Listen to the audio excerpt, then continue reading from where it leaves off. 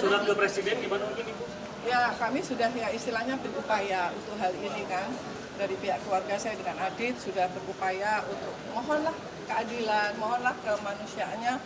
Saya punya hak juga sebagai warga negara yang punya kewajiban bayar pajak, yang hasil pajaknya juga dibayar para penegak-penegak hukum ini kan. Nah, bersuratlah kepada yang Presiden supaya mendapatkan keadilan dan hak asasi kemanusiaan itu yang tidak memilah-milah gitu, untuk diberikan perlindungan secara hukumnya juga ya haknya untuk hidup, karena banyak kok yang tadinya menyalahguna narkotika kemudian bisa berproduktif, bisa berkarya dan bisa direhabilitasi, bisa dikonseling, kemudian bisa berkarya kembali, itu banyak. Dan berharap Amar akan ke sana sebelum kemudian nanti kalau misalnya ada tekanan itu kan akan berdampak kepada kesehatan dan fungsi sarafnya sampai kepada tingkat yang lebih tinggi dalam gangguan kejiwaan. Tadi sempat udah lihat video call Amar sendiri langsung dari layar sedikit mengobati rasa kangen, lihat tadi Abang Amar langsung seperti apa. Dan respon tadi juga melihat Raffi Ahmad kemarin kan datang ke Nusa Kambangan, seperti apa sudah tahu belum sih? Mana ya? Ya, Pastilah kangen banget ya, karena kan baru pertama kali ini ya, terakhir waktu udah lama. sama saya kita. Iya. Jadi di bulan Agustus ya terakhir kita ya. Iya, terakhir Agustus Sama jadi. Panji. Pas ngeliat lagi Waktu itu mau mengajukan remisi. iya, Gitu. berubah ya, agak berubah terus. PB Iya.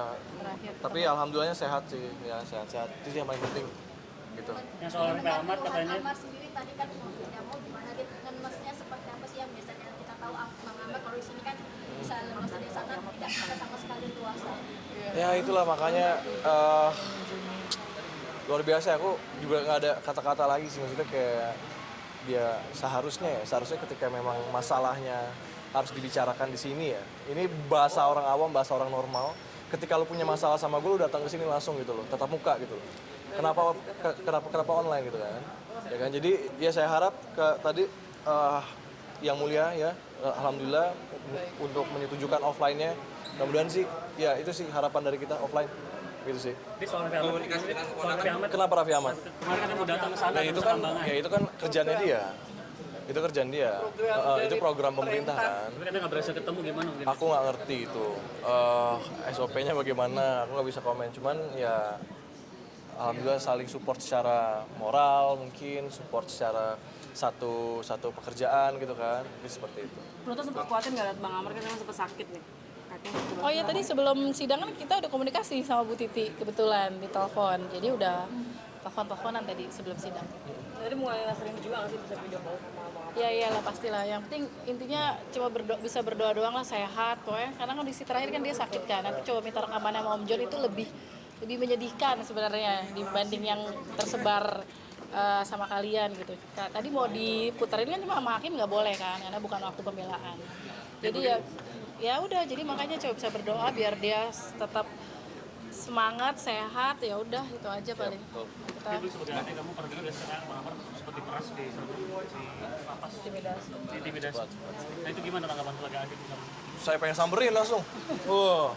Tapi ya kan nggak bisa. Boleh ke sana berangkat kita Nggak ya. bisa. Cuma kan kalau aku bisa taunya. dikunjungin pasti Iya, aku sama gua- Adit udah ngajakin aku, ayo kak kunjungan, nggak bisa Nggak gitu. bisa. Jadi Kita kayak menghormati dengan SOP yang ada gitu, mengikuti juga alur-alur hukumnya Iya, iya. yang ada. Jadi tidak Betul, seorang-orang nggak tidak bisa. Intinya hukumnya jangan inilah ya, jangan memilah-milih lah ya gitu. Aku sih cuma minta di Indonesia ini hukumnya jangan memilah-milih.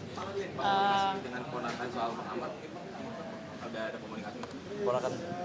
Anaknya Bang Amar. Oh belum. Aku belum. Adit, ini kan baru pertama ya datang, apakah bisa Kemarin datang. Kalian datang Sukabumi, datang nggak? kemarin Lu datang soalnya kemarin itu tiket pesawat. akan pihak mencoba menangani Bang Amar?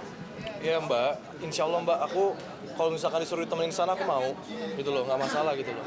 Jadi ya seorang adik gimana ya rasanya, apalagi banyak berita-berita yang Bang Amar kakinya kram, terus diborgol tangannya, aduh. Ya perasaan seorang adik seperti apalah ya, kayak gitulah gitu. minum aja ditutup matanya. Mau minum aja mau ditutup matanya gitu kan. Jadi ya emang harus, ya seorang adik pasti kalau misalkan nanya perasaannya gimana, sakit banget pasti gitu loh. Kan selama ini selalu minta uangnya ke Cornelia. Nah, kamu sebagai adik pernah nggak sih dimintain uang sama Amar? Gini loh, bukan masalah dimintain uang, jangan salah.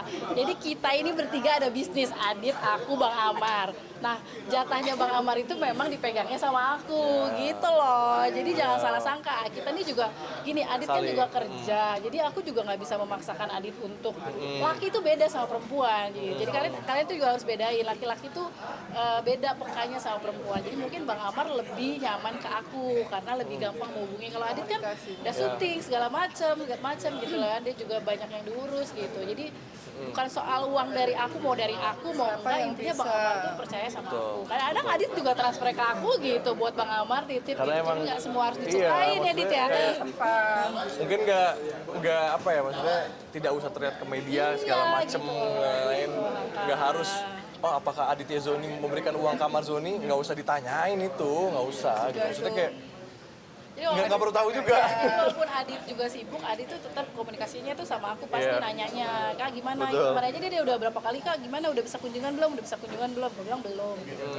Gitu. Tapi barang-barangnya Bang Amar udah sama dokter ya? Ya, karena emang waktu itu di rumah Adit takut nggak muat, barang-barangnya banyak, makanya dibagi dua, sebagian di Adit, Iya. sebagian di aku gitu. Jadi ada pikiran liarnya, gue itu nggak mau. Iya, ngaku. nggak mau ngurusin. Padahal Kan aku bilang lebih balik banyak lagi. tuh barang-barang Amar di situ ada. Iya, jadi Foto-foto. sekali lagi beda laki-laki beda sama perempuan gitu. Iya. Jadi nggak yang gimana, maksudnya nggak yang nggak bisa 100% terjun gitu loh gitu kan. Aku juga nggak bisa memaksa juga, mereka punya pekerjaan gitu. Jadi kalau mereka juga ada waktu pasti kita tuh rame-rame ke sana ya kunjungannya gitu. Dit, mungkin banyak netizen yang ngeraguin ketulusan Cornelia tuh.